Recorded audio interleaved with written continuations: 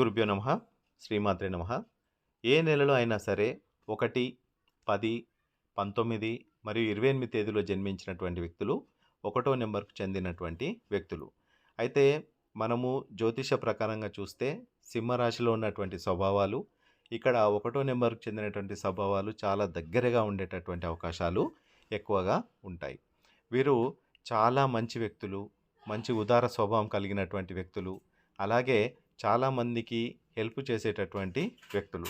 ఎలాంటి సిట్యుయేషన్‌లో అయినా సరే ఇలాంటి ఒకటో నంబర్ చెందిన వ్యక్తులు మీ దగ్గర గనక ఉన్నట్లయితే, వారు ఏ సందర్భంలో అయినా సరే మనకి సహాయం చేయటానికి రెడీగా ఉంటారు. అలాగే వీరి లోపల నాయకత్వ లక్షణాలనేవి చాలా ఎక్కువగా ఉంటాయి. వీరిని ఈజీగా ఐడెంటిఫై మనము చేయవచ్చు. ఎందుకంటే ఒక సమూహంలో ఉన్నప్పుడు వీరి చుట్టూ ఒక 10 మంది ఉండేటటువంటి అవకాశాలు ఎక్కువగా ఉంటాయి. అలాగే వీరు ఏ పని మొదలుపెట్టినా దాన్ని మధ్యలో ఎట్టి పరిస్థితిలో వదిలిపెట్టరు. లాస్ట్ వరకు ఆ పనిని జరిగేటట్లుగా చూస్తూ ఉంటారు. అలాగే వీరిలో మొండితనం అనేది చాలా ఎక్కువగా ఉంటుంది. పట్టుదల అనేది చాలా ఎక్కువగా ఉంటుంది. వీరి మాట ఖచ్చితంగా వేరే వాళ్ళు వినేదాకా మాత్రం వీళ్ళు వదిలిపెట్టరు. ఎంత లాస్ట్ వరకు వెళ్ళినా సరే వీరి మాట వాళ్ళు వినాల్సిందే.